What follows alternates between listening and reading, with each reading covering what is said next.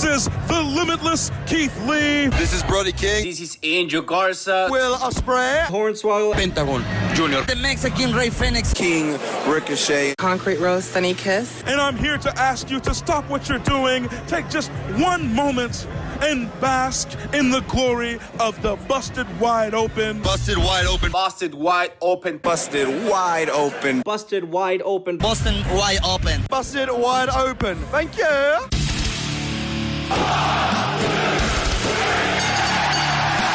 You're listening to the Busted Wide Open podcast, dropping the elbow on the hottest topics in sports entertainment and the world of professional wrestling. With your hosts, Nick Howell and Sir Ian Dangerous. Coming to you from the Orbital Jigsaw Network Arena in sunny Southern California.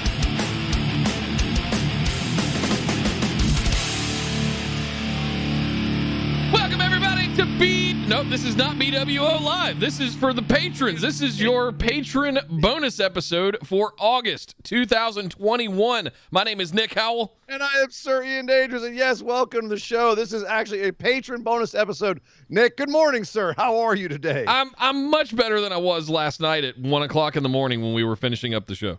Excellent. Welcome to the rest of the world. We're here to do a bonus episode. That's right. It's a bonus episode for August. We're sorry it's a little bit late, but here it is. It's going to be a good one. We have a lot to talk about, and especially we wanted to get this out before tomorrow, which is All Out, which is the first time that a certain somebody's having a match in 7 years. Because Nick, today, this bonus episode, I like that. I like that actually. This bonus episode is going to be BWO bonus-ode. Damien Priest. Whoa, no, what? That's not. What No, that wasn't Damien Priest. Oh, was it Satan? That was just Satan. Yeah. Oh, it was just Satan. Oh, that was okay. Beelzebub. Yeah. It's fine. Okay. That's much less exciting. Right. Yeah, so we're doing this bonus episode today on one CM Punk. And I know that for some of you, you're probably sitting there going, oh, I've heard enough about CM Punk. And for some of you, you're like, oh? And the reason we're doing it is because I've had so many conversations in the last couple of weeks since CM Punk returned. Then a lot of them were, yeah, I'm excited that CM Punk's back, but I don't really know who he is. And it's because he's been gone for 7 years. And even before that, if you started watching 10 years ago, you only caught 3 years of CM Punk at arguably like kind of the downhill on the back end of his career as things were starting to fall apart. Like he was at the top, and then it was just starting to kind of come down. So here's the interesting part. I fit into that conversation. That demo that you just described, that's the thing that's going to make this interesting today, is because I missed it. I came back when I moved back to Raleigh in 2011. Sheriff McDonald, as you guys affectionately know him, my friend Jared, was like, hey, all the wrestling's on Hulu now. I was like, oh? Mm. And that was kind of that was pre-WWE Network. So I went through and I remember binging Raw and SmackDown and catching up. And this was the era of Super Cena. And it was during that time frame. And I remember watching it, and I was like, who's the CM Punk guy? Why is he so important? And it's interesting that we've gotten to this point where he has become this icon, this figure. And I look back on it somewhat affectionately, but also somewhat confused, because I come from the era of The Rock and Stone Cold, and I'm looking at CM Punk going, he's not them. No. Why do people care so much? And that's what the show today is about. The show today is what the funk is up with CM Punk, basically. Yeah. Right? What it's the state of the punk. We want the punk. Gotta have that punk. Oh, we want. Right. That's what we're doing today. If you don't know who CM Punk is, you're gonna know a lot more after the show today. And we're also gonna have a pretty serious discussion. And try and be as arbitrary as possible. We want to talk about why CM Punk. Yeah. What is the deal with CM Punk? Why are people so invested in him? Why is he such a figurehead in wrestling? And is he still? Does he still matter? Is this going to be going forward? Because that's a topic of discussion right now too, amongst wrestling people. Is does it matter that CM Punk came back right now? Is that a big deal or not? And obviously, like, it's a big deal to some people, but why is it a big deal to people that maybe don't have the emotional connection to CM Punk? and are seeing all of this outpouring of emotion when he returns and going, what's up with that? I should be excited, I think, but I don't know why. Well, we'll try and explain why people are excited, and you can determine for yourself whether or not you want to be excited about this guy coming back, because, again, he is a very polarizing figure. He can be a very polarizing figure. And he's someone who I would also argue is not for everyone. True. He's certainly for a lot of people, but he's not for everyone. And I want to explain why that is. So it's going to be a show basically all about CM Punk. And hopefully at the end of this, even if you think you know a lot about CM Punk, hopefully there's some new information or some new thought processes or some new questions you have about the guy going forward. And I think that's really the point that we're trying to do today on the show. So I'm looking forward to this myself. It's more time. Yeah. Like when we first conceptualized this, it was kind of at the angle of it's relevant. It's the timing is right, but I have no real contribution to this other than, oh yeah, I remember that. Right. So yeah, I mean, in a way, I remember this. To me, this harkens back to the Firefly Funhouse match breakdown that you did last year. You have gone out and done a massive amount of research, and have lived through a lot of this yourself, and put this together as sort of a 1 hour cliff notes of. Well, dear God, I hope it's not an hour of just me talking about his history. I'm gonna try and keep it more brief than that, but it is gonna be like kind of a walk down the career of CM Punk. With some notes as far as important stuff and explaining why the pipe bomb, which I'm sure everyone's heard of, even if they don't know what it is or why it is or what happened.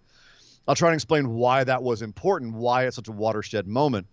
I want to kind of run down that, and then at the back half of this show, I really do want to be a conversation about why should we care about CM Punk, right? Yeah. Who is he? Especially now. Right. Why is he relevant? Why do people are attached to him? So I really do want to kind of discuss that. And then, for people, like I said, who may know him, who may not know, who may have become wrestling fans since his time, who've heard the CM Punk chant, and they're like, who the hell is this guy? Yeah. Right. So, yeah, it feels like it's appropriate to put this out the day before the big show. So before we get into this, I see you, DJ Tin Man, over in the chat with 100 bits. Thank you very much, brother. He said, very excited for this. Me too, dude. Me too. I've been working this up for a few days, so I'm psyched to do this. Jesse O'Connor throwing 100 bits too. Said just popping in while at work. Thank you very much. Yo, Jesse. It's good to see you again. Thank you very much. So let's start with the absolute basics. What's CM Punk's real name? Do you remember what his real name is, Nick? Yeah, Phil Brooks. Philip Jack Brooks with 2 L's. Philip Jack Brooks. He's 42 years old. He's born. His birthday's coming up. October 26th, 1978 was his birthday. That's pretty cool. I'm October 30th, 77.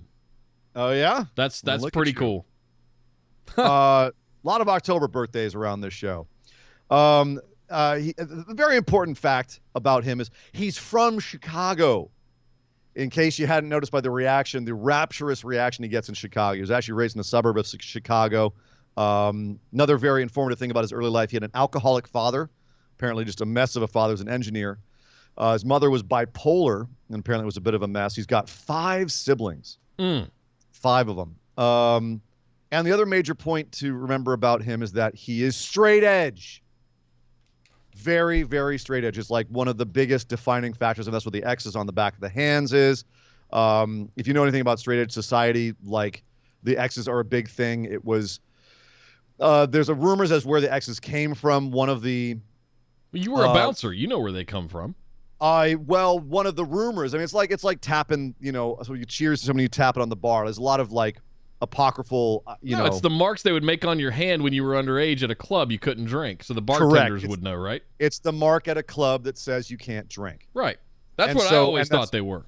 And it did start with the music scene. The straight edge culture did start with a music scene. Yeah. And so he found that at a young age, and because of looking at his father and seeing that his father was this mess, he decided that he was going to form a lot of himself around the concept of being straight edge and having a willpower to not engage in those things, to drugs, alcohol, etc. And he's been more or less clean since. I think he said one time I had a sip of beer, but Some asshole, he did a dive into the crowd last night on Rampage, and some guy offered him a drink, and he looked at him like, "Are you crazy?" I was like, do you know who I am? I am forgot straight to mention edge. that on the show last night. And the guy's like, "Yeah, I want to have my beer," and he just goes, Really did? Have you been paying Do I attention? look like Hangman Adam Page? Yeah, that's probably what it was. But anyway, so that's he's very much that's part of his personality, is part of his I guess allure, but also it speaks a lot to his character. Mm-hmm. That's something that he glommed onto at a very young age and has stuck with ever since. And it's partly respect for because that. I mean, I people Sure. that stick to their ideals like that, I have a lot of respect for. And that's something that's going to be a theme when we talk about him is finding an ideal and sticking to it, even at his own expense. And if you watch a lot of recent interviews with him where he's a little bit more older and more reflective on his younger, wilder self, one thing you see a lot is him going, yeah, I did that because I thought it was right at the time. And, I always kind of stick to what I think is right, even if it destroys me as a result. And he's kind of laughs at himself, that is definitely something that is very much part of who he is. And it's one of the reasons I think people attach to him is he's someone who's very confident in their beliefs and will do what they think is right, regardless of the consequences. That's a trope in stories for years and years and years. Yeah. Right. Like that people love that kind of reckless hero. Drive that car off the cliff. Let's go. If you think you're doing it for the right reasons and you can, Yep. make us believe in your reasons, then yeah, we'll go with you out that cliff, Thelma and Louise. So yeah, he started off in Lunatic Wrestling Federation out in Mokina, Illinois. And he started his first wrestling match he had because someone didn't show up for the card. And they ended up being in a tag team with a guy named Chick Magnet Venom. And they formed a tag team called the Chick Magnets. You may see where this is going already. Yeah. Because Chick Magnet, CM, they started calling themselves CM Venom, CM Punk. And that's where that came from. Now, that didn't come out until about 3 or 4 years ago that's what CM stood for. And actually, for the rest of his career, people would ask him, what does the CM stand for? And he would always find new things that it was for. Because it was never really for anything, it's for whatever you want it to be. That's essentially. It was originally meaning Chick Magnet for this gimmick, but he's had it mean Cookie Monster. He's had it mean Chuck Mosley. He's had it mean Chicago Maid. Charlie Murphy. Like, he's had it mean all kinds of silly things that he'll just say when people ask him that. So if you're wondering what CM Punk stands for, now you know. Yeah. Thanks, court case. Oh, we'll get to that because that's where he met Colt Cabana, was at the Steel Dominion Wrestling School, where he was trained by Ace Steel, who he would tag with for years afterwards. And actually, I think even recently he came to, like, when he wasn't, quote unquote, wasn't wrestling, he did like a little appearance that, in a mask to help Ace Steel. And Danny Dominion. And that same school, by the way, that Adam Pearce went to was where he was trained. There you go. And he and Cabana would be friends for pretty much the rest of their careers. They trained together, they tagged together, or they were opponents. And Ace Steel still says, Punk's one of his top students. Obviously, you're going to say that. Definitely the biggest, most successful student he ever had. And then Punk went over to IWA Mid-South, and already he was getting success. Like, already he was the light heavyweight champ. What time frame was this? This would have been in the early 2000s, about 2004, 2005. Let's see. No, before that. This would have been like early 2000s because he joined Ring of Honor in 2002. So this would have been before that. This would have been 99 to 2002. Okay. So he's in IWA Mid-South. And also that's where he started working with Chris Hero, who you may all know as Cassius Ohno, when he was a young indie guy, much thinner. And they worked a couple of insane matches. He had a 55-minute Iron Man match, and then a 90-minute 2 out of 3 falls match with Chris Hero while he was in IWA Mid-South. Also, while he was there and the champion, he had matches with and beat Eddie Guerrero, AJ Styles, while he was there. And obviously that's a bit of a feather in the cap for an indie guy. Of course. So already he's getting some success at an indie level really, really early in his career. Especially looking at the careers those guys have had since. Yeah. Rest in peace, Eddie. And then an interesting incident happened, and this I wanted to bring this up because it informs a lot of later stuff, is that he refused to work for IWA Mid-South. At the time, it was being run by Ian Rotten of the Nasty Boys. And he refused to work for them for a while, and it's kind of been lost to history exactly what happened. Even he doesn't really remember. But what he said happened was he thinks it was because Chris Hero wanted to go work for another company, and Ian Rotten wouldn't let him. And Punk said, "Look, I'm very defensive of my friends. If I feel they've been slighted, if they feel like they've been slighted, even if they don't want to do anything about it, I feel like I have to stand up for them." And so he refused to work for IWA Mid-South for about 11 months, even though Chris Hero was like, "It's fine. It's not a big deal." Punk was like, "No, it is a big deal, man. It is a big deal." And he just didn't work for him for 11 months. Okay. So his authority. What was he doing for 11 months is the question. Working other places. I mean, he was, working other. He was also in TNA for a minute around then as well. Just after that. So joins Ring of Honor in 2002. Starts feuding with Raven. Now, if you remember Raven was fantastic in ECW, but the dude always was, how shall we say this, dabbling in substances. The hardcore champion. The dude, like, if you listen to Raven's history, he's one of those guys who never got a reputation outside of the business for being into drugs and alcohol and that stuff, because he was able to work and do a whole bunch of stuff. But he was basically like a vacuum cleaner for hard drugs. He's one of those guys who could just handle it really well, right? But he was absolute, he loved them. He loved them substances. Yeah. Which made him perfect for CM Punk to work with, because CM Punk realized, well, my whole thing is being straight edge. We can make this an angle. And so they had this whole angle where he was calling out Raven for being into drugs and whatnot. And it became like kind of this, moral superiority angle. And they had some great matches. And this is, way back in the day, 2003, this was. And then Ring of Honor's very first, remember how recently they brought back the Pure Championship? Yeah. And it was all about being a pure technical wrestler. Yeah. The very professional wrestling. The very first Ring of Honor Pure Championship tournament, AJ Styles won. Second place, CM Punk. Huh. So he goes way back and was considered, he was never considered like the best technical guy in the world. He was working at the same time as like Daniel Bryan and Samoa Joe and Nigel McGuinness and guys like that. But he was a guy who understood story, and he was technical enough that he could hang with those guys. So while he was in Ring of Honor, he had these incredible classic matches, and in fact was one of the reasons why Ring of Honor was on the map. He got actually the first 5-star match, the Dave Meltzer rated 5 stars, was him versus Samoa Joe, their second match of a 3-match series. The first 2 matches went to a 60-minute time limit draw, and the third one Joe won. But the second match in Ring of Honor, got 5 stars. It was the first time, I think, in 7 years that a match in North America got 5 stars from Dave Meltzer. I think the previous match was Shawn Michaels, Undertaker, Hell in a Cell. So big accolade. And it became, this is back before internet. This is back before you could easily get your hands on these things. If you wanted to watch Ring of Honor, tape trading, or you had to really work to get their DVDs. So Punk Joe 2 was like one of the most prized DVDs you could get at the time. It was a huge underground buzz for it. It was the top selling Ring of Honor DVD at the time.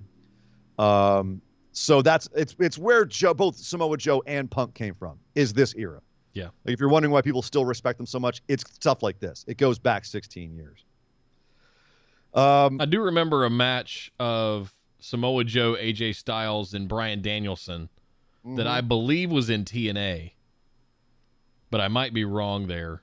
Maybe like TNA. All of those guys, all of the guys that we love now seem to have all, like, something was in the water in the early to mid 2000s in the indies. Oh yeah. For sure. And that's a point we'll get to, is what Punk had to do with that as well. What his role was in that upswing of all that talent at the time, which is now, I mean, all your modern wrestling stars were inspired by that era. Yeah. Like all the indie guys of today were inspired by those indie guys. And one of them was CM Punk through the indies. And then when he gets to the mainstream, they were inspired by him in other ways. So we're going to get to all of that.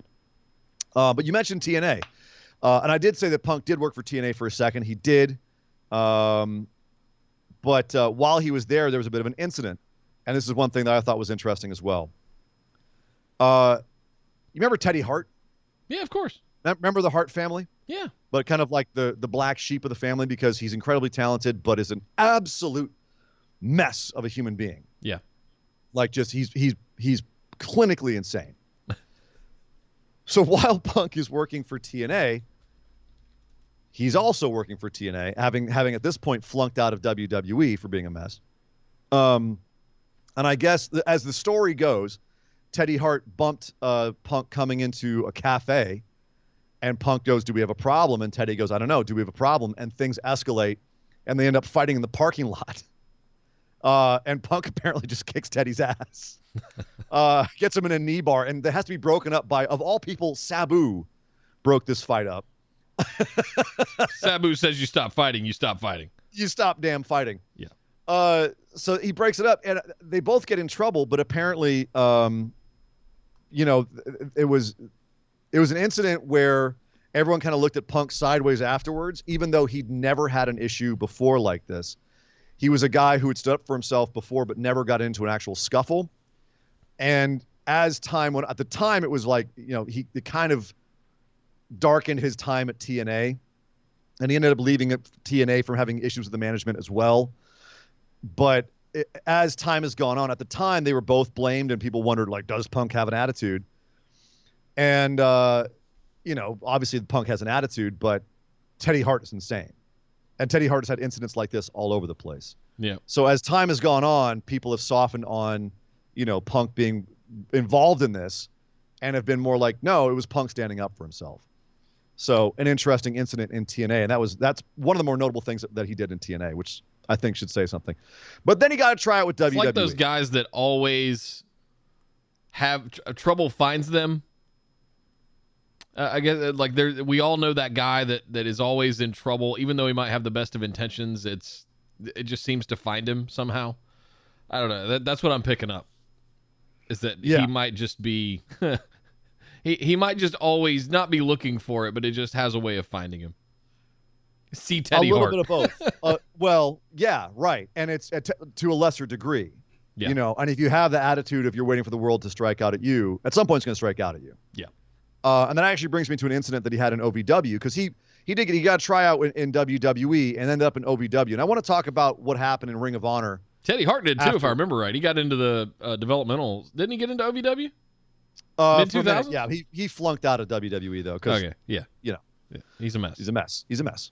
But while CM Punk was in OVW, he actually, someone apparently, but he hasn't released the name, but someone apparently big leagued him and gave him a shot to the face that broke his nose and ruptured his eardrum.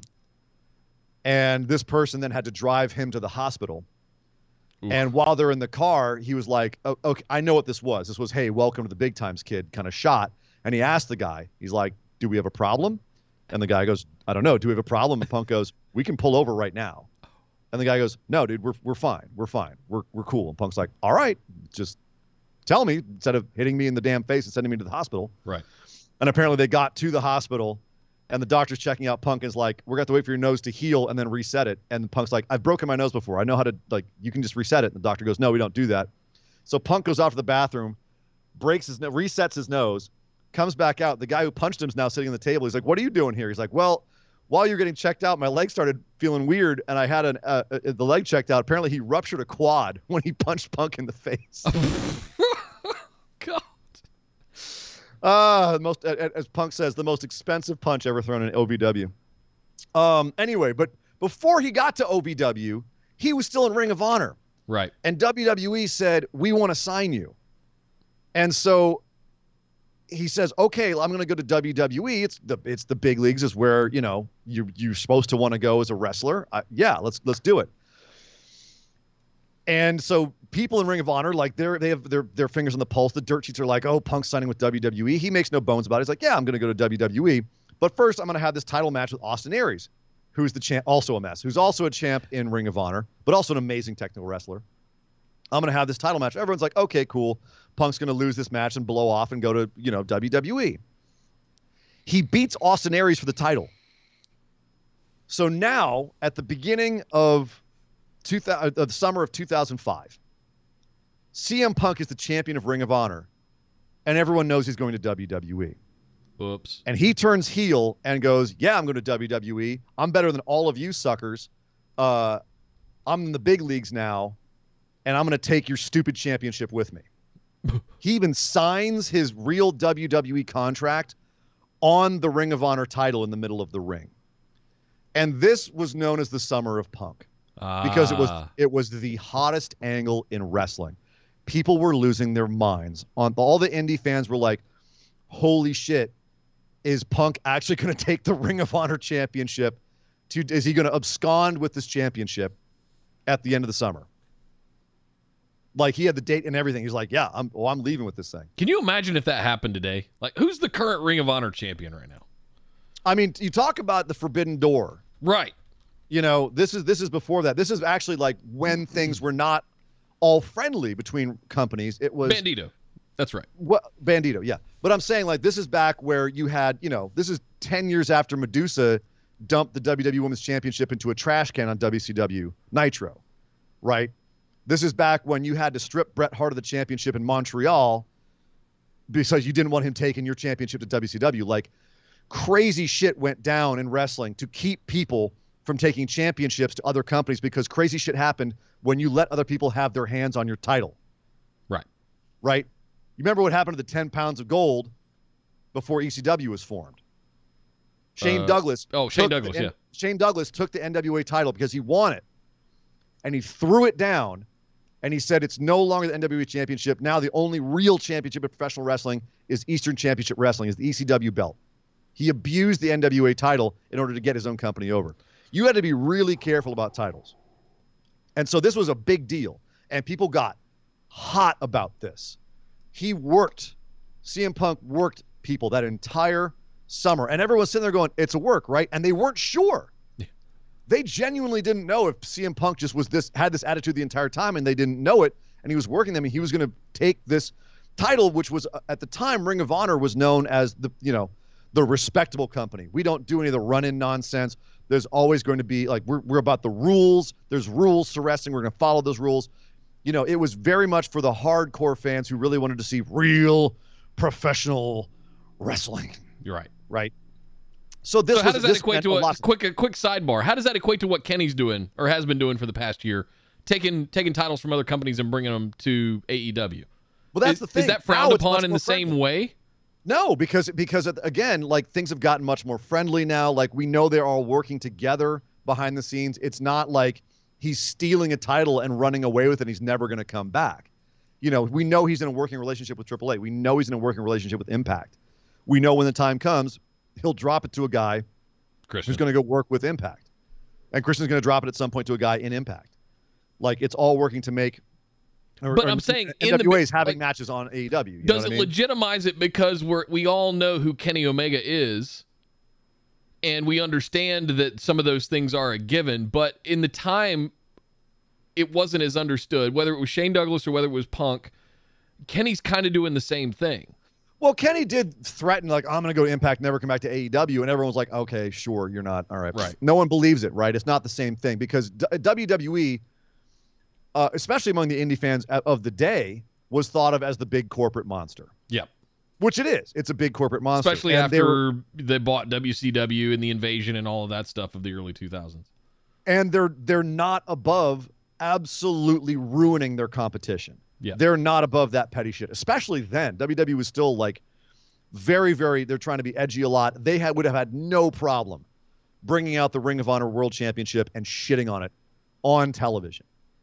And that would have been... Vince McMahon could have literally come to the ring and taken a shit on the Ring of Honor Championship. That would have been good TV. And it would have fit in the Ruthless Aggression era, Yeah, it would have fit. It would have fit in that era. So their fans were legitimately concerned about that. And Punk worked that. And it was a brilliant angle. And it's one that he would call back on later, as we'll talk about. But it was a great angle, got a lot of heat, got a lot of eyes on the product. And ultimately, he did drop the title to James Gibson in a fatal four-way, including Samoa Joe and Christopher Daniels in August 2005, August 14th, 2005. And that was his last show. And right after he lost it, he turned face again for a tearful goodbye, and it was a beautiful moment. And everyone was like, oh, thank God. It was a work. They said, oh, cameras will work the entire time. But it showed that, and this, along with a lot of stuff Punk had done before, showed that he wasn't above turning on the crowd. He worked incredibly well as a superior, morally superior heel, like this, looking down his nose at everybody. It showed that. It showed that he had a mind for making these kind of groundbreaking, fourth wall breaking angles. And he'd bring that to WWE, but not for a while. He went to WWE for a minute. It was an OVW for a year. Had success in OVW. He was a TV champ. He was the heavyweight champ of OVW while he was there. He was a tag champ with Seth Skyfire.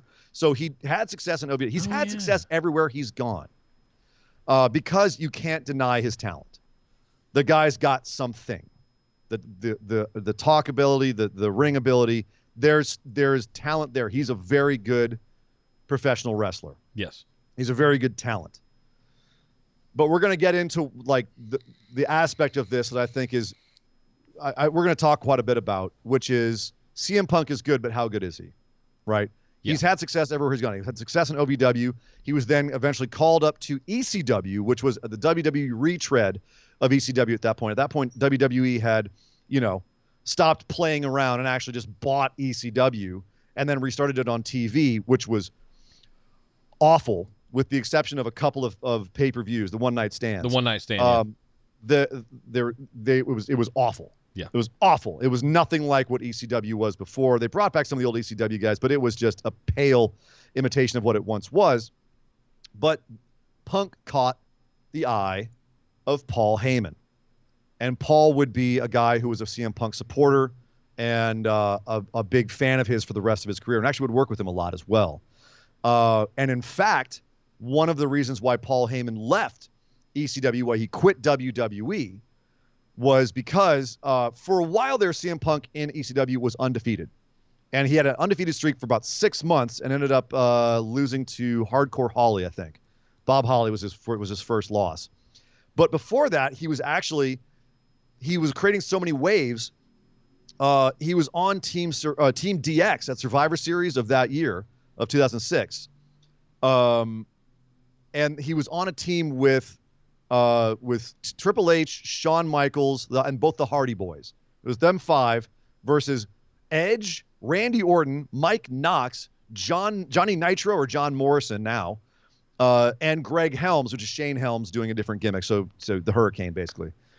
That was the Survivor Series where no one from Team DX was eliminated, including Punk.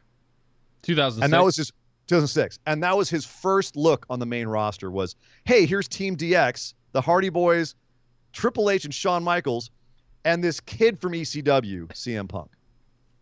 And this is also back when in ECW, or in OVW and ECW, they told Punk to put on weight because they thought he was too skinny. And it's WWE, you have to have some mass. So if you look at him back then, he's actually kind of like, he's not flabby. He's a little thicker. It's a weird look for him. It's before a lot of his tattoos, so he's just kind of like thick and bare. It's weird. It's a weird look. But it was working for him. As I said, Punk was having success in ECW. So Bobby Lashley was the champion of ECW for a while there, which was just weird. He ended up getting drafted to Raw, so he vacated the ECW championship, which should tell you what they think about the ECW championship at the time. And Punk was Punk won a tournament to be in the finals for the vacated title. And he was going to face a man by the name of Chris Benoit for the title at Vengeance in 2007. But Benoit no-showed. And Benoit no-showed because he was busy killing himself, his wife, and his son in one of the most horrific incidents in wrestling history. So that kind of put a bit of a damper on the whole angle, as you can imagine. Mm-hmm. And they ended up having to redo it, rescript it, so that it was Johnny Nitro or John Morrison versus Punk in the finals. And Morrison would actually win, and then they'd feud all summer, and Punk would eventually win it at the end. So he ended up winning it and then lost it, I think, in January to Chavo Guerrero because Edge interfered. Now, Edge interfering with Punk is actually a thing that we'll get into here. But that December, when Punk was the champ, he wasn't the champ. He was just been the champ, but he was in an Elimination Chamber match to get the championship back. And Paul Heyman quit the company. He quit WWE because of December to Dismember, because Vince came in and said, I want it done this way. And Paul said, I want it done this way. And Vince said, no, I'm doing it this way. Tough shit. And Paul said, okay, F you. And Vince, as an F you to Paul, had his boy CM Punk eliminated first like a bitch in the Elimination Chamber by Rob Van Dam. Punk was actually Vince's way of getting back at Paul Heyman. That's how much of a Paul Heyman dude CM Punk was at the time. Oof. But Punk still was able to move upward in the company. He ended up getting drafted to the main roster.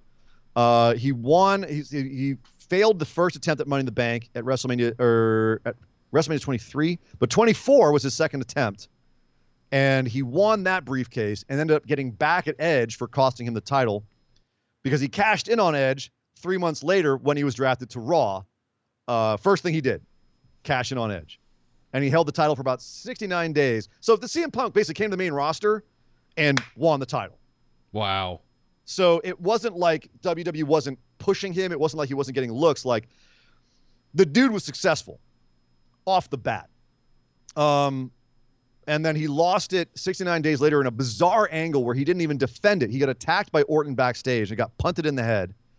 And then Chris Jericho, for some reason, defended the title for him. It was bizarre. But he didn't technically lose it. But then they were just like, okay, you're done being champion. Go do something else. And he ended up being in a tag team and winning tag championships with Kofi Kingston. It was a weird time. When he was doing his Jamaican. Yes, when he was Jamaican Kofi Kingston. But he was just Jafaican. Punk ended up winning the Intercontinental title from William Regal. And Punk ended up becoming the fastest ever Triple Crown winner. The guy who won the 3 big titles in WWE in history at the time. The next year, he won Money in the Bank again. Damn. So, obviously, I mean, here's the thing. They pushed him real quick. They saw something in him. And then he cashed it in on Jeff Hardy and had that amazing feud with Jeff Hardy in 2009 where we went back to the Raven angle, right? He did the same thing again. Hardy, you're having all these. That was when Hardy was at his worst, right? He ended up getting fired after this feud that summer, going to TNA and having that awful match with Sting. It wasn't even a match. But Jeff Hardy was a mess at the time, and Punk was like, cool, we're making that an angle. And it's not like that's something that they never did in WWE. They've used substance abuse as angles before. Obviously, Hawk and Jake the Snake, they'd had some really tasteless angles. Jeff, when he came back with Sheamus, remember we crapped all over that? The bar brawl or whatever. Yeah. Yeah. And the wreck to the DUI with Elias. Sure. Ugh. This was one of those angles, and you can debate how well it worked. At the time, and I look back on it, I'm like, that was a pretty good angle. They worked it well. Hang on, but credit where credit's due. Jeff stopped getting DUIs in backwoods North Carolina. Well, yeah. You know, we have Uber and Lyft now. Stop driving. Well, there's long distances. Uber, Lyft are expensive. But anyway, well, okay. So once again, in WWE now, like Punk had used the straight edge thing before, but never to this level. He was never like pushing at this level, like I'm straight edge and you're a druggie. So he had this great feud with Jeff Hardy all summer over the title, and then after that, Taker, he has a feud with Taker where the first one was like this weird no contest thing. Punk ends up winning, but like there's all this kerfufflery, and then Taker just wrecks him for the rest of the feud. Yeah. So here's where he hit his ceiling. Okay. He hit the ceiling there. He'd been champ. He had the shot with it. But they were like, cool, but you're not Randy Orton. You're not The Undertaker. This is your ceiling. You're good, but you're a B+ player. Sound familiar? Mm-hmm. Yeah. He then formed the Straight Edge Society because they were like, that Straight Edge thing was great. Let's do that. And this is around the time that Punk was starting to be like, why don't you have stuff for me? Why don't you have TV for me? And he went to Vince and apparently like plopped down this huge Bible-sized stack of papers. He goes, there's my TV for the next 9 months. I don't need your creative to do it for me. There's my creative. And he formed the Straight Edge Society with Luke Gallows of the Good Brothers and Serena Deeb, former NWA Women's Champion, who's now with AEW. I think she's injured right now, but she's one of the best things in AEW. Definitely one of the best women wrestlers in AEW right now. Well, she was in Straight Edge Society. She was actually at the time picked out of the audience, right? She was a plant. Right. And they brought her in as a way to show her allegiance to the Straight Edge Society to CM Punk, who was becoming like this kind of like cult figure in this role, in this gimmick. She shaved her head live in the ring. That was a pretty big deal at the time. And it ended up being a pretty good angle. They even had a bit where Punk had a hair versus hair match and was forced to shave his head, and then he ended up wearing like a mask or a lucha mask to hide the fact that he was bald and hide his shame. But ultimately, it was great, and there was a lot of good stuff there, but it just kind of fizzled. Like, obviously, you could tell that management just lost interest in the angle. Yeah. It fizzled out. Serena ended up it's debatable whether or not she got fired for substance abuse or for kayfabe breaking, because apparently she was out partying. And, it's not like people didn't party in WWE. They did. But apparently she was photographed having drinks while in the Straight Edge Society angle and was like, she was summarily let go. Oops. Joey Mercury got injured. He was also a member. So they were just like, Straight Edge Society is done. And then so they decided to give Punk some time off. He was on commentary for a minute because he had a hip injury. He was great on commentary. I'm like, you're really good on commentary. He's like, that's great, but I don't want to be on commentary. Yeah. So he did that for a while and then ended up jumping off of commentary. Remember the Nexus? Vaguely. Wade and Barrett and Heath, no. It was basically a bunch of OVW guys, a bunch of NXT guys, pre-NXT guys, coming up wrecking the main roster. It could have been one of the greatest invasion angles of all time, but they ran into one John Cena. And John Cena basically beat the Nexus by himself. That's a whole other show, is the debacle that was the booking of the Nexus. So the Nexus basically ran into John Cena and had their legitimacy crushed. And then Punk came along and was like, cool, I'm going to be the leader of the Nexus and try to bring them back some legitimacy. So once again, he was in this role of kind of cult leader. Yeah. Right? Follow me. Because granted, he could cut great promos on the mic, act like he was a leader of men, but also very squirrely. It was a role he was great in. But of course, the Nexus was already pretty much dead. And so at this point, he realized that once again, he was in a dead-end angle. And the new Nexus, of course, fell apart as well. Orton pretty much wrecked the whole thing. Punk ended up losing his feud with Orton and ended up actually being tossed out of the Royal Rumble because of Orton. And he's sitting here looking at Orton saying, what's he got that I don't? And ended up not being in WrestleMania, or not having the match he wanted at WrestleMania because of all of this angle. And he's looking at this, and afterwards is put in a feud with John Cena. And he knows what's going to happen here. It's John Cena. Yeah.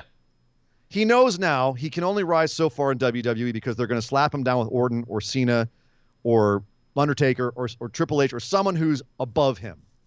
He's a B-plus guy, but he's not meant to be a top guy. And he's sitting here going, I can make you money. I've proven I can make you money.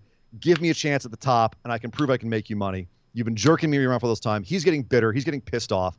And he's finally in a match with John Cena and then feud with John Cena, and he sees which way this is going. And this is where the pipe bomb happens. I think this is this was 2013? This would be 2011. 2011. Yeah, this was about the time I was coming back into things. Sheriff McDonald was getting me amped, and I saw that I had access to like the whole back catalog. And no, I think it was, so I went all the way back and started watching, but I didn't start doing it until sometime in 2012. But I went back. They had the catalog all the way back to 2011 of every week's episodes. And I went through and binged everything and just caught up just to make sure that what's happened in the last year? And it took me a good 6 months to get caught up with everything. But I think I started almost right after this. So going back to the Nexus for a second, that was Wade Barrett. Was it Daniel Bryan in there as well? Initially, but then he, in their initial attack, he ended up choking out Justin Roberts with his own tie. And the network thought that was too extreme for their TV. So WWE fired, quote unquote, Daniel Bryan to make the network feel happy. And Daniel Bryan went and worked the indies for like a couple of months. And then they just brought him back to be a good guy against the Nexus. Daniel Bryan was an original Nexus guy, but not for very long. Yeah. Okay. So I guess what I'm getting at is like, I didn't see the pipe bomb live, but it rippled through the internet. And I ended up going back and picking it up. I'm gonna read the pipe bomb. Okay. I'm gonna read the promo because it's important. All right. I mean, I could just tell you guys to go watch the damn thing, and you should anyway, but for this show, it is important what he said. Yeah. Because at the time, ever since, like, in the wake of Chris Benoit dying 4 years earlier at this point, WWE became very sanitized, very scripted. The PG era, the John Cena era, the Super Cena era, where Cena would, like with the Nexus, you have a whole bunch of up-and-coming talent who could all be, superstars, some of them top guys in the case of Wade Barrett, and Cena basically buried them all in one night. Partly because Cena used to politic like crazy to make sure no one, took his spot. Alex Riley, anybody? Yeah, right. But also because that was what Vince wanted as well. He wanted another Hulk Hogan. So there was a big ceiling on WWE. And there was a lot of politics backstage. There was a lot of bullshit. And if there's one thing that we've known about CM Punk for his entire career, it's the guy doesn't put up with bullshit. He doesn't play games. He's a straight shooter. And he reached his breaking point at a certain point. His contract was up about around the time of that year's Money in the Bank. And he didn't make any bones about it. He's like, he says in real life, he was like, I'm probably out of here. Like, I had my shot at WWE. I knew coming in here, I wasn't the kind of guy that they looked for, but man, it was worse than I thought. Oof. I reached a certain level. I believed I could go higher. I believed I could make them more money. I believed I could make myself more money. But they weren't giving me the chance, and they were jerking me around. And I'm done with it. And so he was fighting with people backstage so much, and he even admits like he wasn't the greatest guy to be working with at the time. And he said, look, I'm going to cut a promo. And just let me cut a promo. And I'm going to air my grievances on TV. And Vince said, okay. Which props to Vince. Because as much as everyone wants to give CM Punk credit for all of this, part of it was Vince going with it and rolling with it.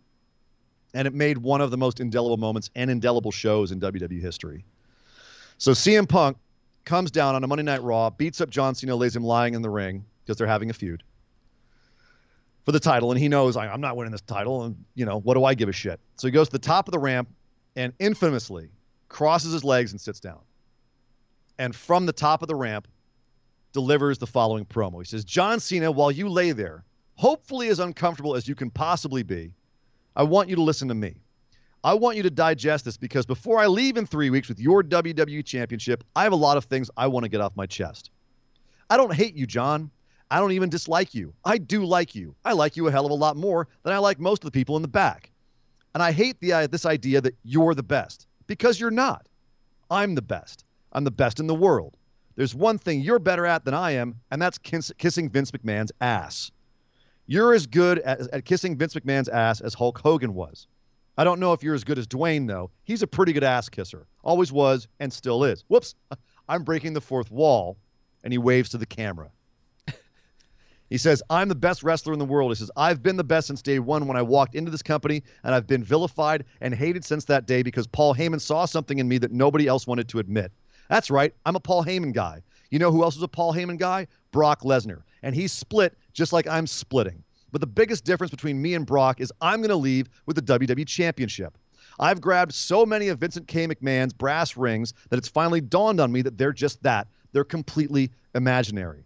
The only thing that's real is me and the fact that day in and day out for almost 6 years, I have proved to everybody in the world that I'm the best on this microphone, in that ring, even in commentary. Nobody can touch me. And yet, no matter how many times I prove it, I'm not on your lovely little collector's cups. I'm not on the cover of the program. I'm barely promoted. I don't get to be in movies. I'm certainly not on any crappy show on the USA Network. I'm not on the poster of WrestleMania. I'm not on the signature that's produced at the start of the show. I'm not on Conan O'Brien. I'm not on Jimmy Fallon. But the fact of the matter is, I should be. This isn't sour grapes, but the fact that Dwayne is in the main event at WrestleMania next year and I'm not makes me sick. Oh, hey, let me get something straight. Those of you who are cheering me right now, you are just as big a part of me leaving as anything else. Because you're the ones who are sipping on those collector cups right now. You're the ones that buy those programs that my face isn't on the cover of. And then at 5 a.m. at the airport, you try to shove it in my face and get an autograph and try to sell it on eBay because you're too lazy to get a real job. Ooh. I'm leaving with the WWE Championship on July 17th. And hell, who knows? Maybe I'll go defend it in New Japan Pro Wrestling. Maybe I'll go back to Ring of Honor. And he waves at the camera again and goes, hey, Colt Cabana, how you doing? The reason I'm leaving is you people. Because after I'm gone, you're still going to pour money into this company. I'm just a spoke on the wheel. The wheel is going to keep turning, and I understand that. Vince McMahon is going to make money despite himself. He's a millionaire who should be a billionaire. You know why he's not a billionaire? Because he surrounds himself with glad-handed, nonsensical douchebag blank yes men like John Laurinaitis, who's going to tell him everything he wants to hear. And I'd like to think that maybe this company will be better after Vince McMahon is dead. But the fact is, it's going to be taken over by his idiotic daughter and his doofus son-in-law and the rest of his stupid family. Let me tell you a personal story about Vince McMahon, all right? We do this whole anti-bully campaign, and they cut him off.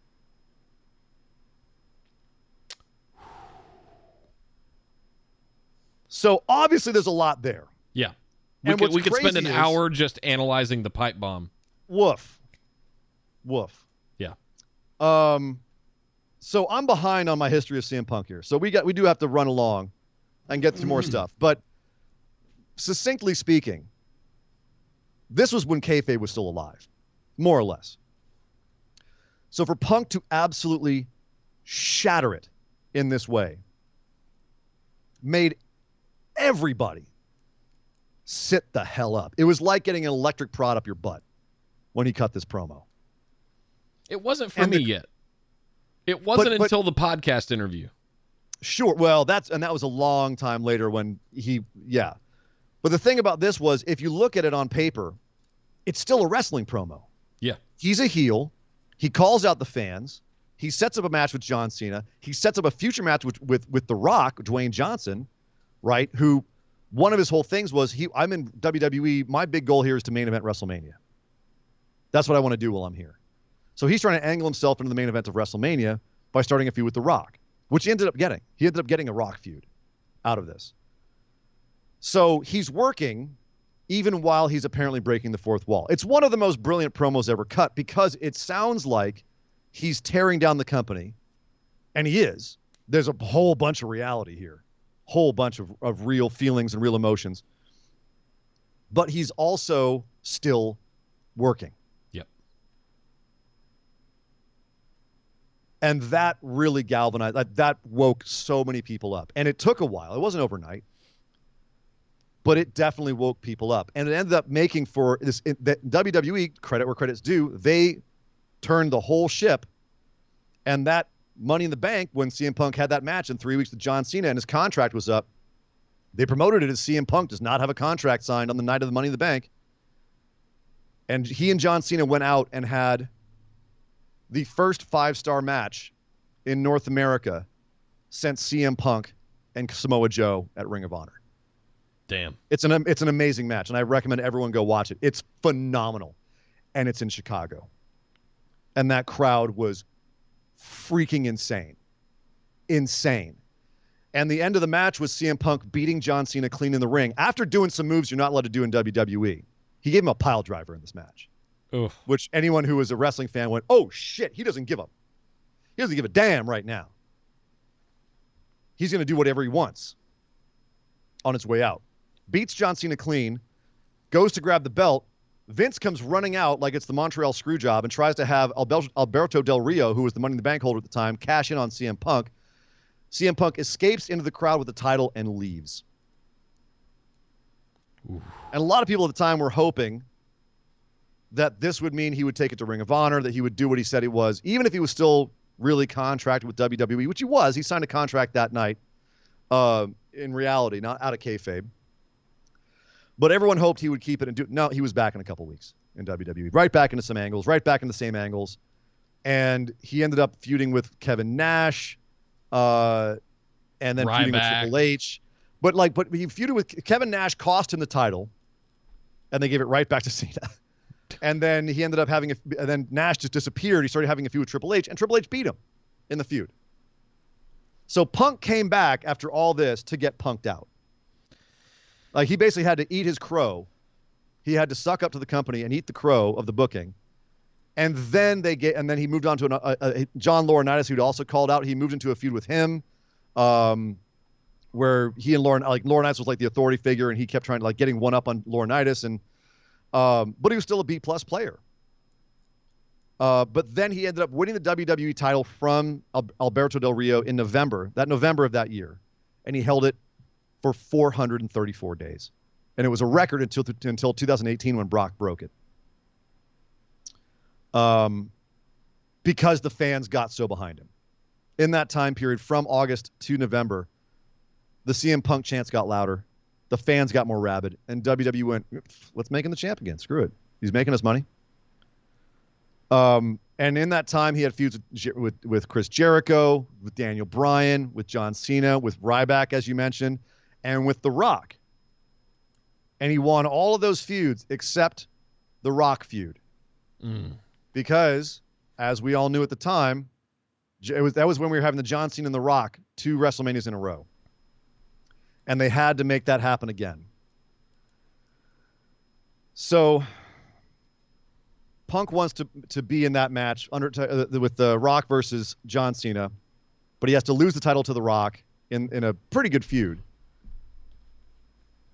But he doesn't get to be at WrestleMania in the main event. He wants to be make it a triple threat. Last year we had John Cena, The Rock. Make it a triple threat this year. Make it interesting. Make it with me. And they say, no, you're going to feud with The Undertaker. You'll be a co-main event. And he's like, it's not the co-main event. That's the main event. I'm going to be feuding with The Undertaker. And they're like, yeah, just go for it. He has to turn heel. And this is the infamous one where Paul Bearer had just died. Yeah. And Punk, because he's so beloved by the fans, Punk's like, how do I make myself hated by the fans? I know. I'll take the urn, Undertaker's urn, which is filled with Paul Bearer's ashes, and pour it over myself on the ramp. Like he had to be so evil in this feud with The Undertaker. And no one thought he was ending Undertaker's streak. No one wanted him to be heel. So once again, jerked around by WWE. After that WrestleMania, ended up feuding with Heyman all summer, and Heyman's people. He feuded with Brock, had a great match with Brock. That one I remember, yeah. He feuded with Ryback, where Ryback infamously broke his ribs and gave him a concussion. He feuded with Curtis Axel, who people forget was a Paul Heyman guy. Yep. And then he ended up, like, one of the last big things he did in WWE at this point was he teamed up with Daniel Bryan against the Wyatt family before Daniel Bryan got sucked into the Wyatt family and before WWE realized what Daniel Bryan was. Because as CM Punk was kind of like, he'd hit the ceiling and WWE just kind of like kept pulling out the struts from underneath him. And he was falling down, back down right where they wanted him. The plan was coming to fruition. Like, hey, you get your CM Punk, but now he's going to go back down again. Daniel Bryan was on the rise. Yeah. And Daniel Bryan was getting more popular. And Punk ended up feuding with The Authority right at the end there in 2013. Right at the end, 2013, early 2014. Yeah. And the last we saw of him was in the Royal Rumble. Kane eliminated him and chokeslammed him through a table. And that night, Punk said, I'm going home. I'm out. No showed his next few dates. The WWE suspended him for 2 weeks. He never came back. And they served him his termination papers on the day of his wedding a couple months later. Yeah. Which we found out eventually on the Colt Cabana podcast. Correct. Which is what's next. And I know we're going to a lot of history here. Yeah. We got to pick it up a little bit. We're at an hour. Yeah. I know. There's a lot to get take 30 minutes to go over this. 30 minutes. No, there's a lot here. There's a lot to cover with there's a lot to cover. Phil. Okay. So after he leaves WWE, acrimoniously, like, was just so pissed, he goes and does the infamous Colt Cabana podcast, which I recommend everyone go listen to. Yeah. If you can still find it. You can still find it. Yeah, I think he had to take it down as part of the lawsuit. He did. You can still find it. You can still find it. That's my point. You can find transcripts of it at least. Yeah. So Punk, in this, it came out that while he was working for WWE, there was a lot, like, his issues with WWE were multiple. It wasn't just one thing. He was sick as a dog at the end, and he had been sick for a long time. He had an MRSA staph infection, allegedly. It came out later that he was never actually diagnosed with it specifically, but that he was pretty sure that's what it was. He'd had that the last few months of WWE in his back, and he had been told that it was a fatty deposit by WWE, and then he had to go to an actual doctor who said, no, we got to take that out before it kills you. And he said that the extraction of this thing was one of the most painful things he's ever experienced in his life. But WWE was like, no, you can keep working. If he'd basically taken a back bump wrong, it would have ruptured and killed him. Yeah. He had the broken ribs that never really healed. His knees were wrecked. He had multiple concussions, including from the final table spot where Kane put him through the table. He was concussed there. And he said that while he was the WWE champ, he basically had the Harley Race mentality, which is I got to keep working. WWE's counting on me to be the man. I've got to be like John Cena, be the Iron Man that's always out there doing stuff no matter how beat up I am. And WWE encouraged that because their medical staff was basically like, take some Z-Packs and you'll be fine. And he specifically called out doctors Aman and Maroon, who had been basically pushing meds on him and not really helping him and clearing him when he knew he shouldn't have been cleared. Where their tests were clearing him of concussion. And he was like, dude, I'm concussed. And they're like, just go run the ropes and we'll see if you're concussed. He's like, I've already taken your test. What is running the ropes going to prove? Like, if you think I'm concussed, then don't let me work. They're like, well, you passed our test, so you can work. And he's like, well, what do you... So lots of problems with the medical stuff, and that would come back around because that was the stuff that really got them in trouble for the podcast. Yes. But he also mentioned the business differences. He said he wanted to go out and get sponsorships, but they said no. Vince said no, and then a year later, Brock comes in and has sponsorships. Jimmy John's all over his trunks. Yeah, he wanted to walk Chael Sonnen into the ring and was told no, and then a couple months later, Triple H walked Floyd Mayweather to the ring. He's his inconsistent pushes, which I just went over, like how he'd get pushed and then they'd drop him, pushed and then drop him. He didn't feel like the company got behind him when he was hot. Even though, like, on paper, he had the big title reign, during the time he always felt like the secondary title in the secondary story. He didn't have to get the WrestleMania main event.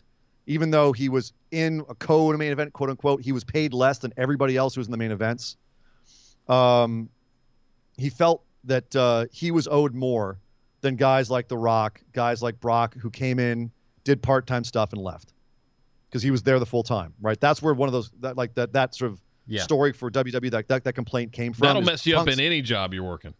Punk sitting here and saying that, and all the rest of us look at that and go, yeah, that does kind of suck. Why are these guys coming in and getting all the money and the adulation when everyone else is busting their ass on the road?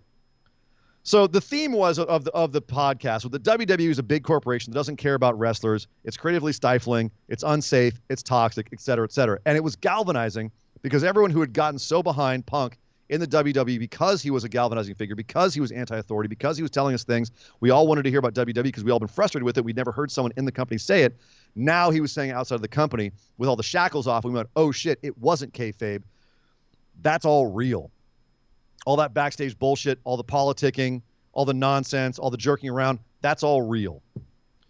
And so that kind of added to the legend of CM Punk, was that he was the anti-authoritarian guy who WWE ground into the dirt. And that actually, funnily enough, kind of informed why Daniel Bryan ended up getting in WrestleMania, was all that fan anger was then transferred over to Batista. Yeah. It was transferred over to Daniel Bryan. The rebirth of Evolution. Well, and but that's why, like, that year when Batista came out and won that Royal Rumble and not Daniel Bryan and not CM Punk, the crowd went nuclear. And he got so much heat, and they ended up having to change the whole WrestleMania story. It was supposed to be Randy versus Batista. Batista was the returning hero, but he was a part-timer who was coming back to the WrestleMania main event. And you had this guy, Daniel Bryan, who was working his ass off that the crowd loved. That's where Daniel Bryan's push in WrestleMania 30, that's where that came from, was that anger for CM Punk, at least in part. I would also, just to throw something in real quick, I would also argue that him doing that podcast really set off a chain of events that kind of gave birth to wrestling Twitter, that gave birth to a lot of the wrestling blogs above and beyond Meltzer and his newsletter and things like that. Like the bulk of the stuff that we see today really started on that. It was also kind of that era where Twitter was coming into prominence, clickbaitiness was coming into prominence, and this, BuzzFeed was all the rage. Like, a lot of this stuff was very timely. And I think a lot of it had to do with, oh crap, all the wrestling fans were sitting here. We heard the pipe bomb a few years before. Now we've seen him come out and shoot on this podcast. And now it's every week we get a shoot podcast. We get somebody that's been out of shape or something. It was certainly the first. It was the first major one of its kind where someone came out of WWE and just was like, yep, airing all the shit. And he said at the beginning of the actual podcast, is like, look, I don't want to come across as bitter, but I kind of am. Yeah. And I'm going to explain why. But at the same time, like, I kind of want to move on from this. But also one of the themes was that WWE took this kid who all he ever wanted to do was professionally wrestle, be a professional wrestler. It's all he ever wanted to be. So he loved the business so much, and it killed his love for the business. And those are his exact words. They killed my love for the business because of all of this bullshit that they put me through, right? But between the getting jerked around backstage, getting over medicated, so medicated he shit his pants in a match. They gave him so many Z-Packs. He shit his pants in a match, infamously. And, and misdiagnosing concussions. And he was just all banged up and hurt and sick. And he was done. And they ended up getting sued. Dr. Oman sued him for $4 million plus punitive. And him and Colt. And it actually was the end of their friendship. At least, I mean, apparently they're cordial now. But there ended up being a whole really ugly money thing with this, where Colt said Punk had said he was going to pay for Colt's legal fees, and then Punk said no, we were going to split the legal fees. So Colt sued Punk, and Punk sued Colt over the legal fees, and then the whole thing ended up getting dismissed anyway. Yeah, but it was very acrimonious. It was very ugly. And then things kept going downhill for Punk. He wanted to go be in UFC. He wanted to be a real fighter. He trained and trained and trained for like 2 years. For a long time. He was really training his ass off. Goes, has a match with Mickey Gall, loses in the first round. Just gets destroyed. I mean, it wasn't even a match. He got destroyed in his first UFC match. And at least in his second match against Mike Jackson, he held out for the entire thing. But he got beaten pretty clearly by decision, even though the decision was later overturned. It was now a no contest because Mike Jackson tested positive for weed.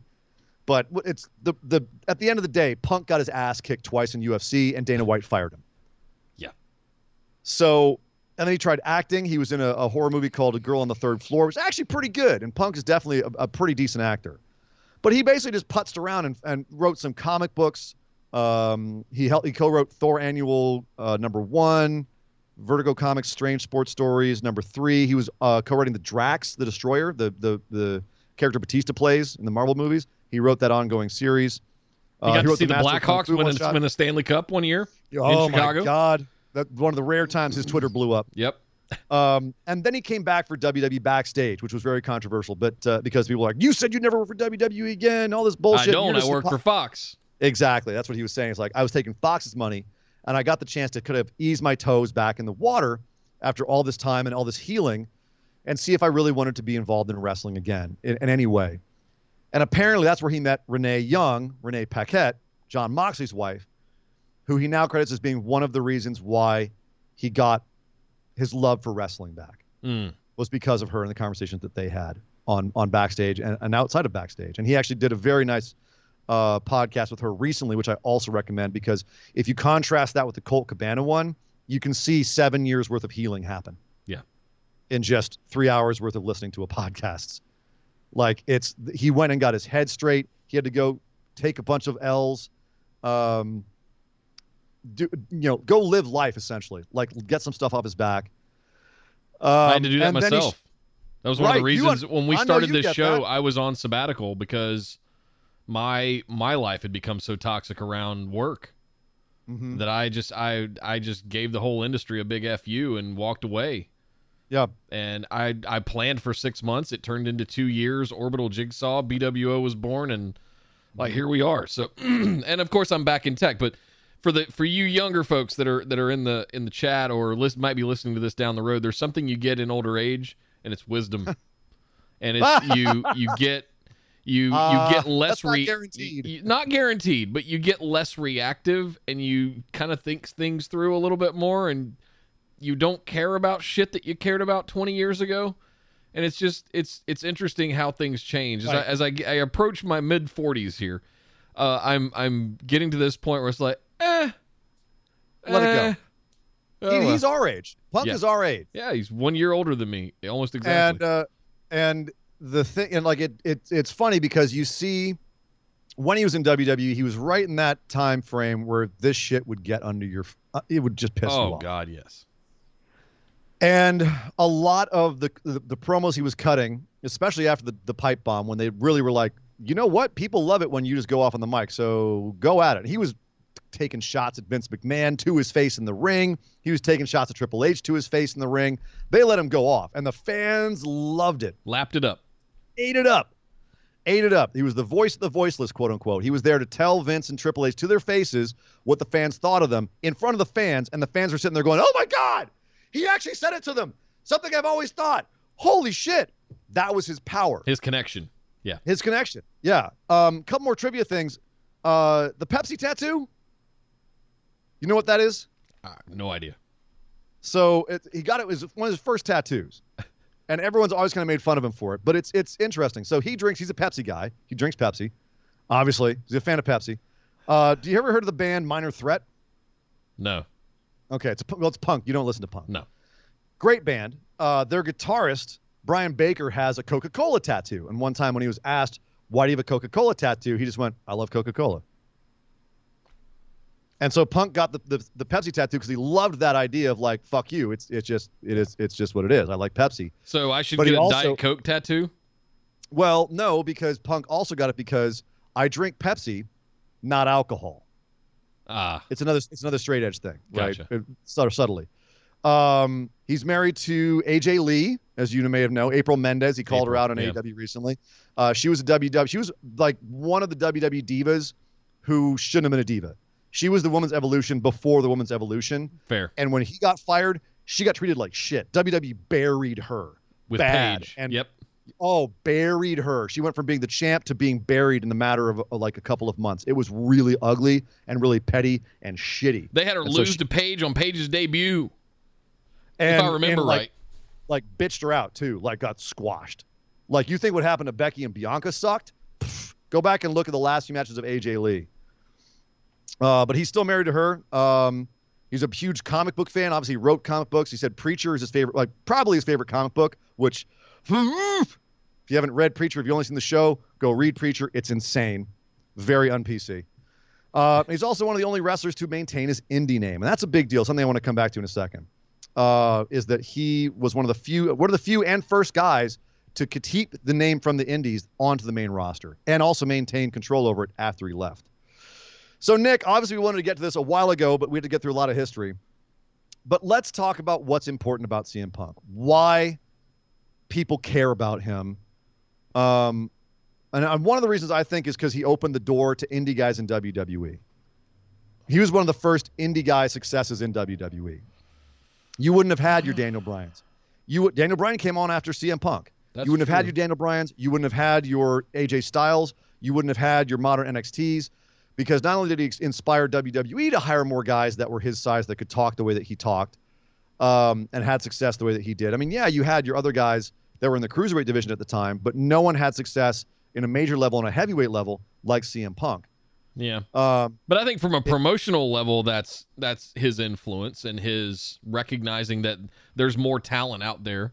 But I Sure. don't know that the fans give a shit about the fact Absolutely. that he's the gateway of all this indie talent that came to WWE. Because, well, no, if you think about, I like CM Punk, who else is like CM Punk? You look around and see who else feels I like got you. CM Punk. Yeah. Now you see Daniel Bryan standing right there. You go, oh, he feels like CM Punk. Yeah. You got that same kind of indie vibe to him, as Miz would call it, the bingo hall feeling. Yeah.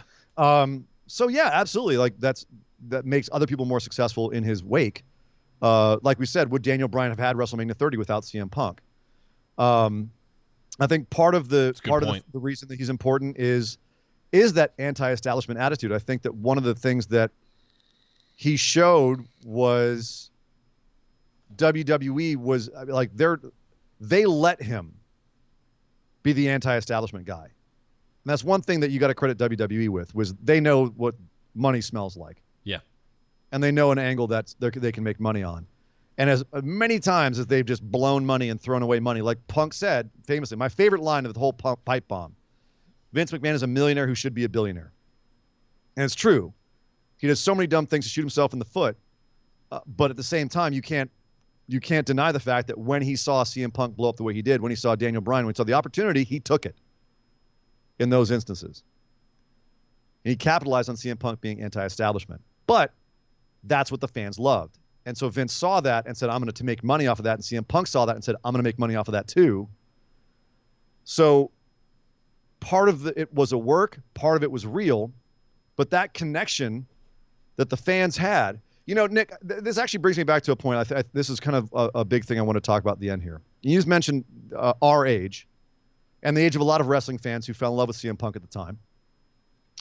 Mid-30s, maybe not old enough to have let things go yet, pissed, remembering the era of WWE that they loved, wondering where it had went, wondering what was going on, we're not the same kids who like the superheroes, who like the smack talk and rock, who like Stone Cold kicking dudes in the guts, or like really young kids who liked Hulk Hogan's and the big buff superhero guys. But we're watching WWE and we still get it. We get the John Cena's, the Randy Ortons, right? Yep. And here comes this guy who looks a lot like us, who's saying things that we're thinking and expressing the frustrations that we have with this product. That's absolutely going to connect. Oh, totally. And that's one reason why he connected so hard with the audience. He was one of us. And he said that in the promo that he gave when he came back on AEW recently, when he returned, when he had that big return in Chicago, and his music hit. And that was the music he had at the end of WWE, because they licensed, back when they licensed music, they licensed Cult of Personality. They don't own it. So AEW was able to license it too. That audience blew up and Punk came out. And one of the things he said, "I'm one of you." He knows it. He knows where his bread is buttered. But it's also true. And that's, Punk is a performer. He's going to go out there and give us what we want. But he's smart enough to know what role he fills. It's why he so often plays these evil messiah characters, these cult leader characters. Okay, you just said something interesting, and let's pivot. Sure. He knows what role he fills. Yes. Let's fast forward to current times. Okay. What role is CM Punk filling in modern wrestling 7 years after the last time he did it, coming back in AEW that is stacked with talent, new and old, who probably doesn't need a CM Punk right now.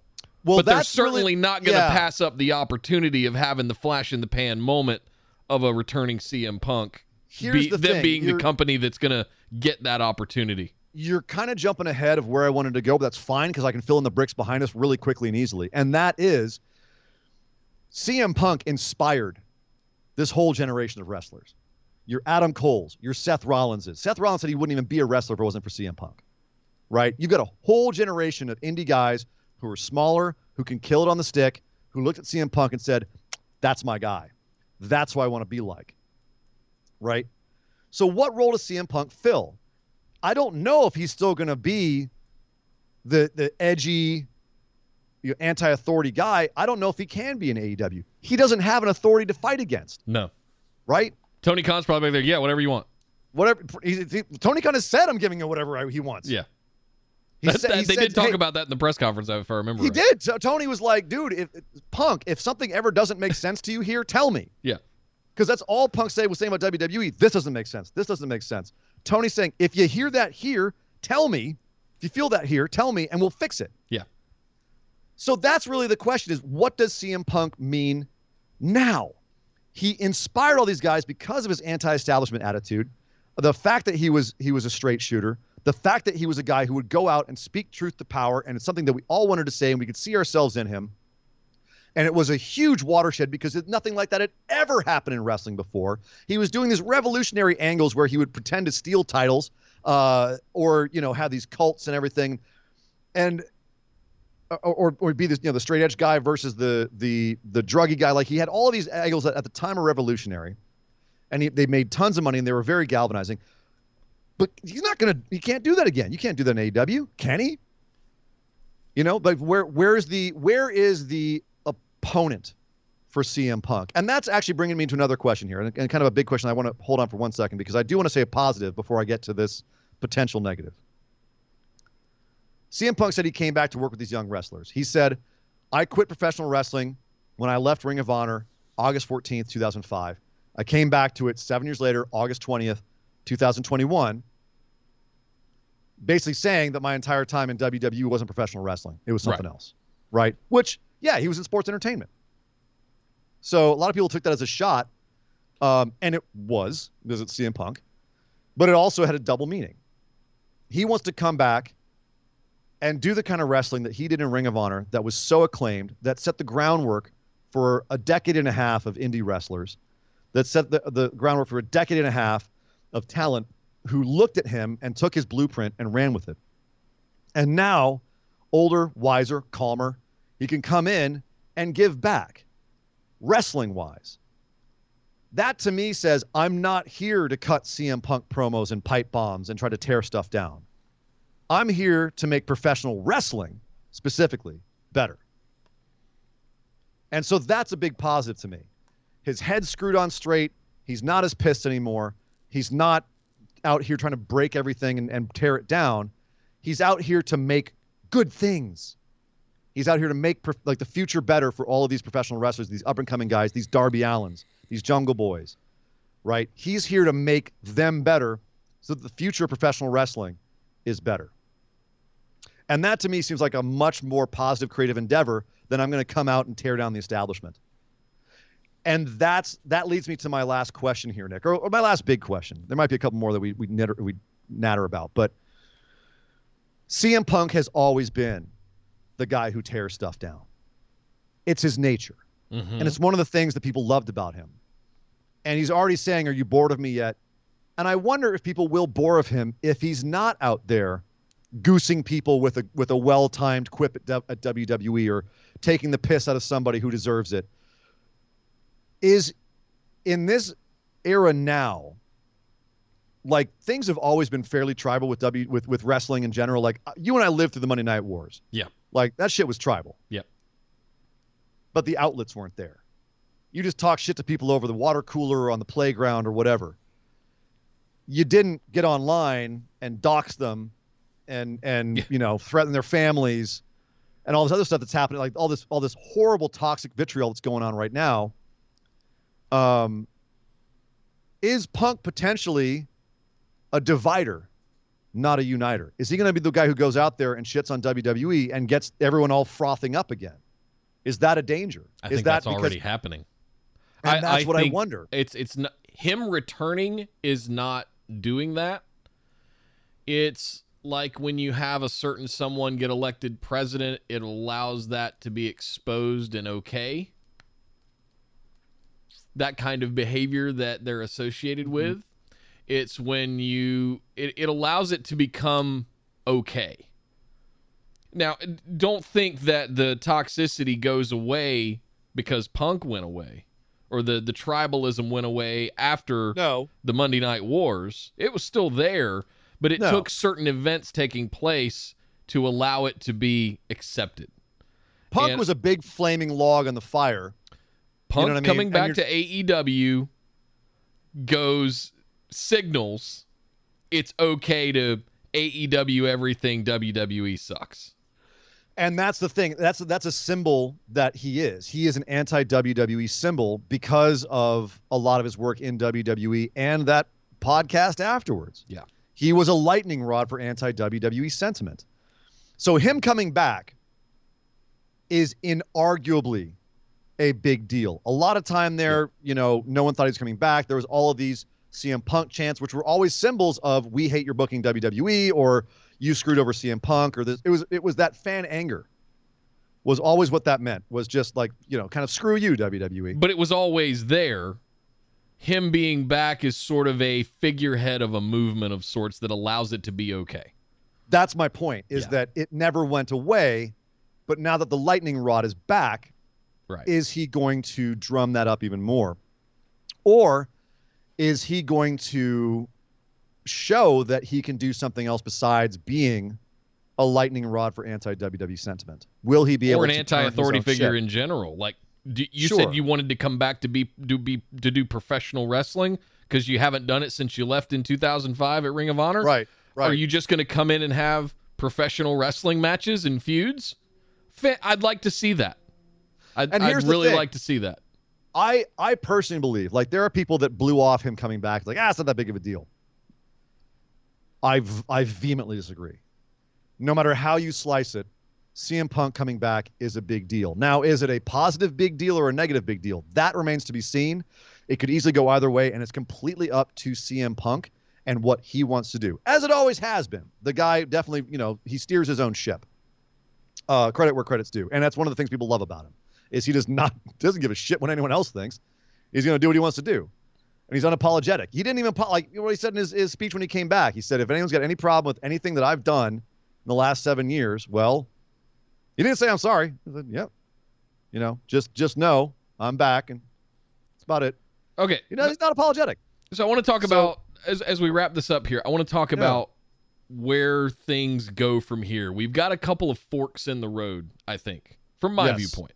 Yes, agreed. One, and the one that I'm scared to say as a hot take, I think it might just be a flash in the pan. Because where do we go from here with Punk? You know who should be really scared right now? Hangman Adam Page. No. Hang on. Hear me out. Oh, boy. Punk needs an opponent. Yeah. He needs somebody to go after. He needs an organization to go after. To Kenny Omega and Callis and the Elite and everything they stand for should be everything that Punk is against. He was asked last night who his dream match is in AEW, and he said the Young Bucks. And he says, I'm going to need a partner for that, but what is it? Is it Saturday now? Why don't we hold on that? And if you know what he's saying, as I think you do, Nick. So I think there are definitely few. Yes. I think that there's a lot of avenues for Punk to be a positive force in AEW. I mean, he basically is the godfather of AEW. If it weren't for him, I argue, if it weren't for CM Punk and guys like him, but him in large part, there would be no AEW because that indie style wouldn't exist. That's meta. He's one of the godfathers. Like, if it wasn't for him, you wouldn't have that indie style that became huge in the early 2010s. All the people that were galvanized by CM Punk in the indies in the 2010s, none of them have careers. If not for him, you don't have AEW in a long sense, like the domino effect. Little domino, big domino, right? I'd have to process that one, but I mean... It's a butterfly effect. Yeah. Absolutely. Without CM Punk, you don't have AEW. He's the godfather, and he's the godfather of that kind of style, and he's in there now to give back. Supposedly. I definitely see a lot of CM Punk and Cody Rhodes. Influence. Influence. Cody's very old school. But Cody's grown up in the business. He's the son of a plumber. So I understand. I see it. No. You brought up Hangman Page. Okay. Look at Page's huge, crazy angle that he's in right now. Yep. That reminds me of CM Punk. Sure. Except for the drinking.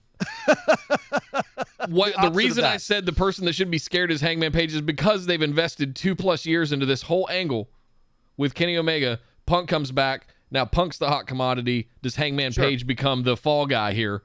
After 2+ years of this booking this angle to go ultimately have a redemption to take the title off of Kenny that we know is coming at some point. I don't think Punk's going to get in the way of that. What I think is that Punk is going to spend 2 years having dream matches and then turn heel and shit on all the fans. And we're all going to love it. We're going to eat it up because he's a great heel. That's my hope. And again, I want to be positive about CM Punk coming back. Regardless of how you look at it, it is a seismic change because he is such a lightning rod, because he's so galvanized, and because he's so popular. There's no way to look at this and not say it's a big deal. Yeah. He's a big deal in wrestling. He created fundamental changes in wrestling from the inside, despite wrestling and wrestling, by that I mean WWE specifically, but also in the indie scene. But in WWE, even though they didn't want to, he created change in WWE. He said in his interview with Colt, I changed wrestling from my couch. Just by being home and letting things happen, he's changing stuff, right? He is a force for change and movement in wrestling. And if you don't agree with that, you're not paying attention. Yeah. You're really not. So him coming back is inarguably a big deal. And the only thing, absolutely, it's seismic. The only thing that is left to be determined is, will it be for the better or worse, or will it be both? Will this escalate a new wrestling war? Will it make people more tribal? Will it make people more defensive of their wrestling? And also, will it make wrestling better? I've seen examples of that happening long before it was rumored that he was going to come and join AEW. Sure. And just to drive home the point of how important this moment is, can you think of anyone else who could come out of retirement and have us saying that? No. The Rock. Back to wrestling. Full time. Maybe. Not the lightning rod stuff, but definitely in terms of I'm talking about to another company besides WWE. Driving interest. If The Rock shows up on AEW, it's all the news. it proves Punk's point though about how he should have been rated higher. Like he's like, dude, I just want to be given what I'm worth. Man, just having an idea, like, is it arrogant? Yes. Is Punk a prickly dude and not everyone likes him and he's kind of a dick? Yes. Is he also very, I think, realistic and can also be a really awesome dude? Yes. He's human. He's not a superhero. He's not a John Cena. He's not this, cartoon cutout Saturday morning, bright neon shiny thing. He's one of us, warts and all. He just happens to be one of us who can cut sick promos on the mic and then go out there and look like he's kicking ass in a ring. And that's why people love him. And that's why it's important that he's coming back, is because of what he symbolizes in wrestling. It's because of what he can do and what he can create in wrestling. And hopefully it is a force for creation and not destruction, because he has the power to do both. Hopefully this is the beginning of a new golden era in wrestling. We've already been saying it's been a golden era for the last few years. It could become even more golden.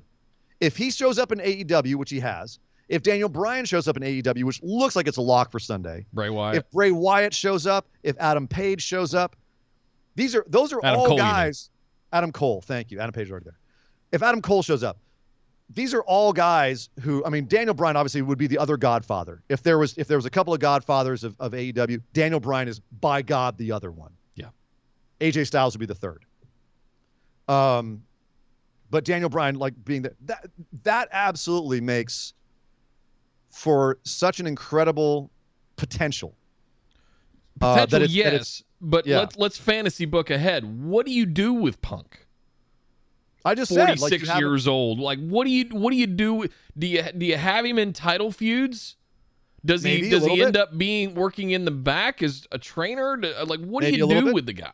He was the first ever trainer for Ring of Honor. Sure, I get that. He loves. He was 20 years old. I get it. But he said, I love to teach. He loved to do that. He said that was the best time of his life. He's going to come back and be like, wait, I get to teach all these young kids who have this incredible passion for wrestling. I get to do that again? That's kind of a redemption story in my book. You get to come back and give back instead of spit all the vitriol that you were, all this anger and hate that made you sick. I think I said this the night that he returned, and I want to make sure I drive this point home before we get out of here. One of the things Punk said in his opening promo the night he debuted on AEW, was that I'm excited to work with all of this young talent in the back. And the comment that I made was, that wasn't for us, that wasn't for the fans, that was the Punk signal. That was the bat signal to everybody, all of the other superstars and wrestlers in the business. Come work here. It's where all the talent is.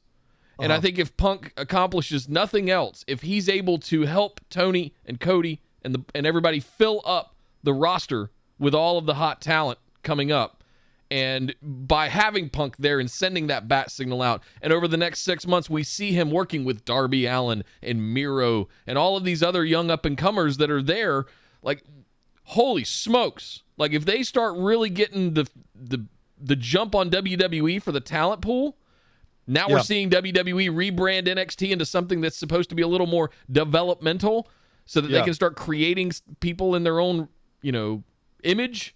Like, those two things happening in parallel is not lost on me. And Punk sending out that signal was the biggest part of his promo, in my opinion. He had a bunch of things. That AEW promo was, I think, one that will be studied for a while, and it was off the cuff, unsurprisingly. And he's had a couple now where I kind of look at that and go, trying to pick what's on his mind. Yeah. You know what I mean? And I'm going to leave it on one thing, Nick. We're going to get out of here. I think we've had a great discussion about CM Punk, and hopefully it educated everyone on who he is, why you should care. It's going to be interesting to see how he wrestles again tomorrow night. Everything's going to be interesting going forward with this.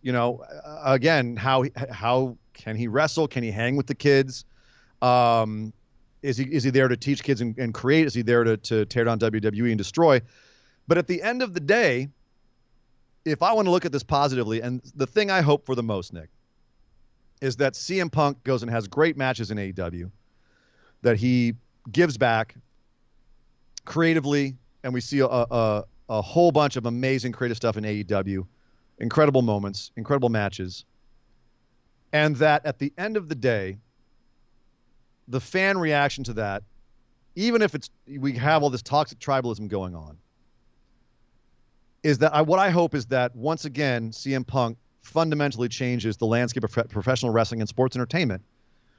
And what happens in AEW forces WWE to look at themselves and say, why do we have this kind of oppositional stance with our fans? Why are we always fighting our fans?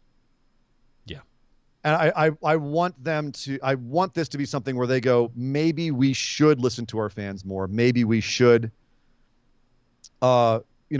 give them more of what they want and less of what we think they want.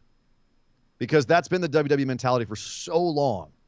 And I'm being very pie in the sky about this. I know it's kind of naive to say, but sometimes WWE will do things not reflexively and defensively, not because they think it's the right thing to do, but because they think that they have to do it. Yeah. And I'm hoping that that's what this becomes, where WWE is forced to change to deal with AEW becoming more, well, not resurgent, but surgent, whatever. AEW getting more on the radar, much like in the 90s, WWE is going to have to change and become better in order to deal with that. And that's the only thing I can hope. I'm being as positive as possible. That's what I hope happens. And I really do also hope that everyone looks at this and says, this is just a way to get more good wrestling TV. Totally. Even if, unless Punk's out there just taking complete broadside shots at WWE, in which case I'm like, oh, well, I guess we're doing this. It's the wrestling wars again. Here we go. So wait and see, Nick. Wait and see. But my goodness, Vince is going to have to buy another wrestling company. Hey, Tony, how much do you want for your business? Well, everyone, I hope you enjoyed that talking about CM Punk's history, who he is, why he is, and what the potential future is for him and the wrestling landscape as a whole, because he is a massive figure on it. If you liked it, let us know in the Facebook discussion group. Let's start a conversation over there about all of this. If you have any other thoughts, any feelings, anything that we left out, throw it over there. Let us know what we missed. Obviously, we got a lot in it, and I still had a bunch of notes I skipped over because we had to get through everything. I feel like this is one of those topics that we could revisit a year from now and be like, how did it go? Yeah, and, right. I mean, I'm looking forward. Yeah. It could be one of those things that we come back to and go, where's State of the Punk Part 2. Exactly. I would love to do that. Exactly. 2 years from now. Well, we made some predictions. Yeah. So the State of the Punk Part 2. Come back in 2 years to talk about it. We'll see. Jesse O'Connor popped back in the chat. Hello. She's at 200 bits. Thank you very much. She said, thank you, guys. This was so much fun to me as a rookie. I see so much of what people think of someone now, and I lose how a person came up, and you guys just laid it out for a guy that I didn't know that much about. Thank you both for everything you do. Thank you, Jesse. Thank you, for everything that you do. That was the really whole appreciate point. It. DJ Tin Man with 100 bits. Thank you, brother. He says, thank you, guys. That was awesome. You guys are awesome. Thank you for tuning into the show. Thank you for supporting us, helping out this show. Abe threw in 1,000 bits earlier, and I missed it. 1,000 bits! Abe said, damn. love wrestling history. Love it even more when coming from Mr. Dangerous. Thank you guys for taking time for this today. Cheers. Yes. My pleasure. We meant to do it on Thursday, but we had a little bit of an emergency with a pup. So I could have done this for I could have gone for hours. Yeah, this is one of those topics that, like, wrestling history, I think fascinates both of us, and it's one of those we got things to the that pipe bomb, and I'm like, shit, I have a long way to go. Yeah. I could have gone into some of the feuds he had were fascinating, how they actually like played out, where you kind of, because again, I can only really say he had this feud and he didn't feel like a big deal afterwards. And like, the Undertaker feud one that he had after the first reign, where it was just, in hindsight, you look at it and go, man, they really didn't get behind him there. And I can only tell you that I can't really describe how, because we only have so much time. But again, go back and check out some of these matches, some of these feuds. They're worth looking at. It's interesting to see his evolution. Hopefully this gave you guys some things to go look for, some matches to go look for, some history to check out, and also a better idea of why people are so fired up about CM Punk coming back, because it's like I said, it's a big deal. But anyway, guys, thank you so much for tuning in. As always, let's linktree.com/BWO. Yeah, Hopefully these are patrons. They know where it's at. Absolutely, check it out. I'm going to reiterate it anyways. Linktree.com/BWO. Tell your family, tell your friends about it, because the more people listen to our show, the more fun things like this that we can do. Indeed. That's how it works. So tell everybody, to get everyone going on this show so that we can get even more fun stuff up here for you guys. But thank you very much for joining us today. Thank you, guys. We really appreciate it, y'all. But until next time, my name is Nick Howell. You can find me on Twitter at DataCenterDude. And I am Sir Ian Dangerous. You can find me on Twitter at Sir Ian Dangerous. Bye-bye, God! But somebody stop the damn match! This show is part of the Orbital Jigsaw Network. For more episodes, subscribe to us on iTunes, Google Play, or Stitcher Radio. For details and show notes from each episode, check us out, orbitaljigsaw.com.